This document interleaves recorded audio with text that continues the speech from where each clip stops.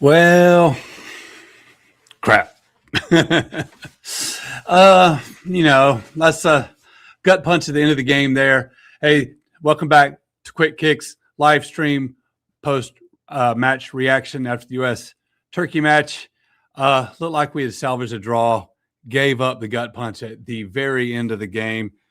It just, that's just kind of a bummer. Up and down match, nothing changes the fact that we've won the group and we're still enjoying the best group stage that we've ever had. We did set a new record for us, a new U.S. record for amount of goals in one World Cup. The old record we had was 7 goals that we earned across 5 matches in 2002. We now have scored 8 goals in just 3 matches. So, that's a new record. That's a positive. Played our bench, with the exception of Weston McKennie, who was forced into that starting role in midfield because of an injury to Christian Roldan, that something he picked up in training. And do you remember the talk of when the roster was first announced, how we didn't have enough midfielders on this roster? Now look what happened tonight. Adams on a yellow. We're trying to rotate our squad, and some guy comes down hurt, and we're having to play McKennie. We probably would not have played him if we had had some additional midfielders on this roster. So, and then also when he subbed out, we had to bring in Tillman. So we didn't have enough options at midfield. Again, ultimately, a match that doesn't really matter. We're able to relax a little bit. This is the most relaxed I've ever been watching the U.S. play in the World Cup. Fantastic start to the match. Feel good for Aaron Trusty there. Of course, we concede twice and then come back to equalize. And that looked like that was going to be the story of the game, but we just had to absorb just a little too much pressure there at the very end. Tell me what y'all think. I'm going to open it up to comments.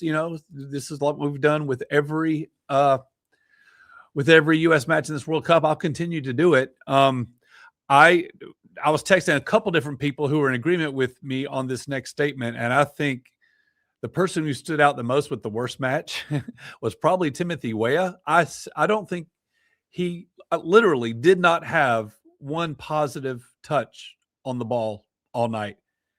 Everything was bad for him. He was underhitting passes, or he was falling down when the ball was supposed to come to him, or he would lose it, or he'd get pushed off the ball, or when it looked like he had an opportunity, he was offside. He must have been called offside 3 or 4 times in the match.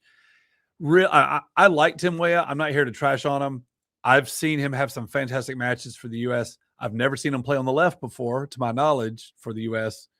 But tonight, he really stood out with a poor performance, unfortunately. I'd have to I don't think you can blame him for a role in the goals that we conceded, though. And I would have to look at the video to see. On the first goal, I feel like I saw on the replay where maybe Aaron Trusty was the biggest culprit there. But it's not fair to say that without really analyzing the video.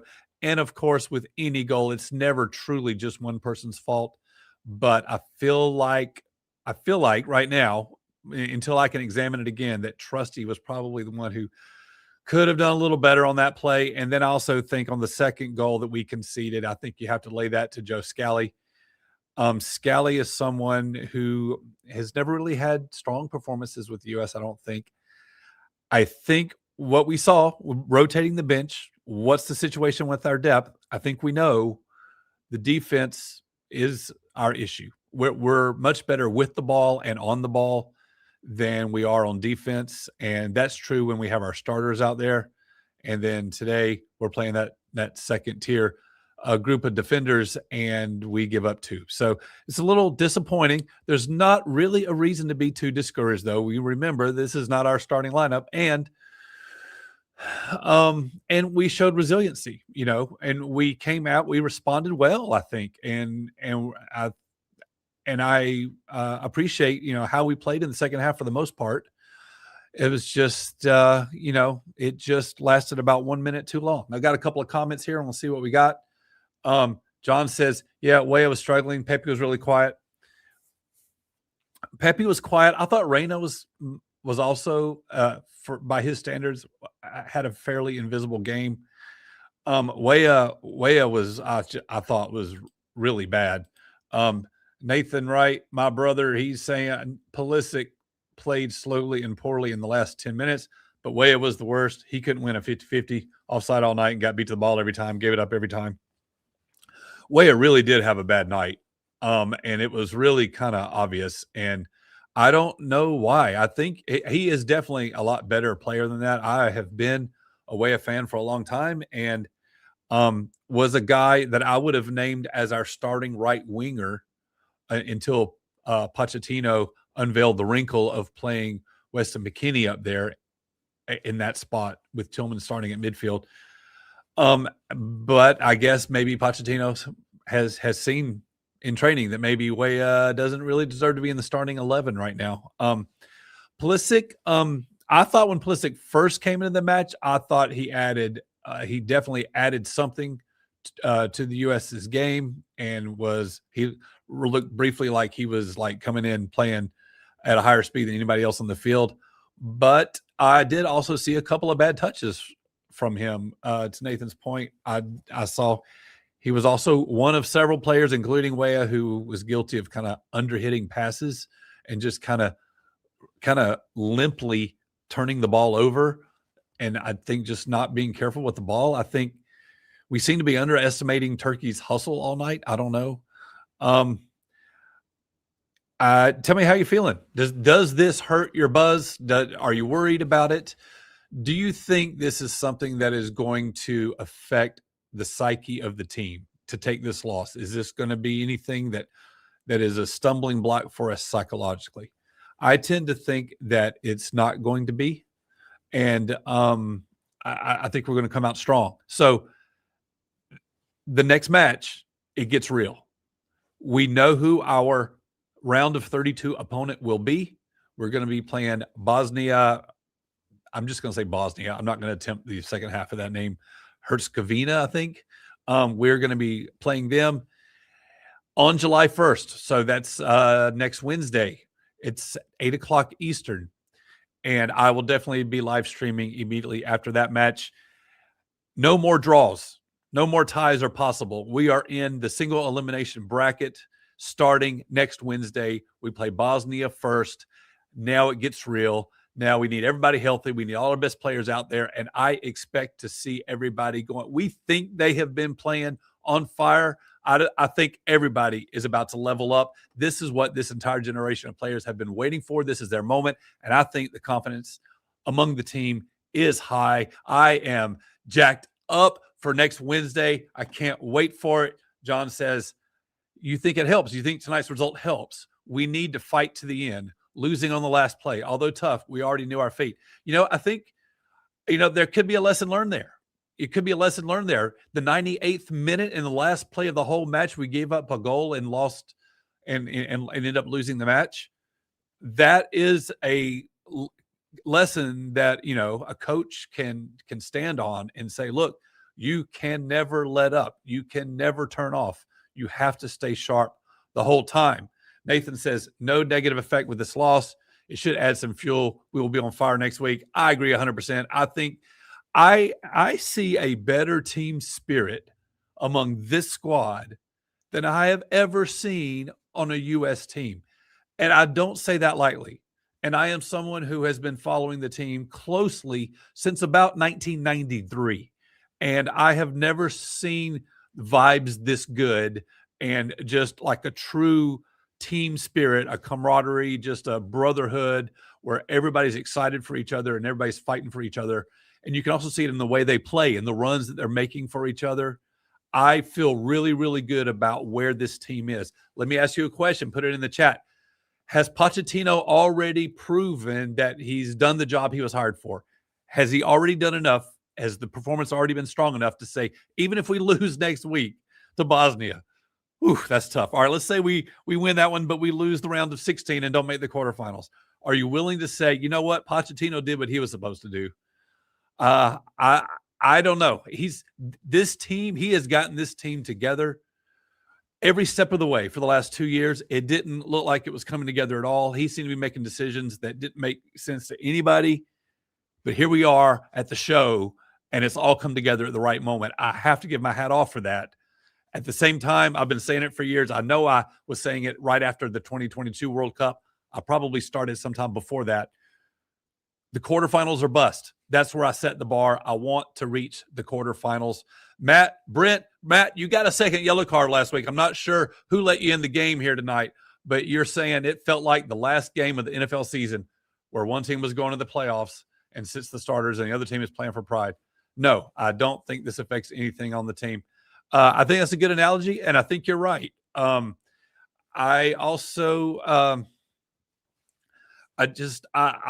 what I take away from this is the resiliency that we showed, and we were seeing it from our bench players, from our depth players, and so I think that it shows the fighting spirit. Like, we are not a team that is going to give up or quit believing in ourselves or anything like that. I can't wait when we have our top guys in there and everything is on the line. This is what it's all about.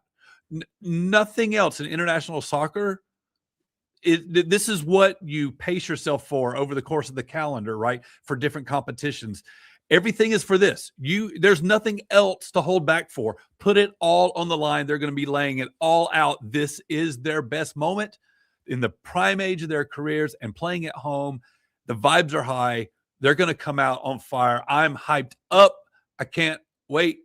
Somebody tell me what you think. What do you think of Pochettino? Has he done enough for us to say, you know what? He did what he needed to do. He came in late and actually forged a team. Or has he?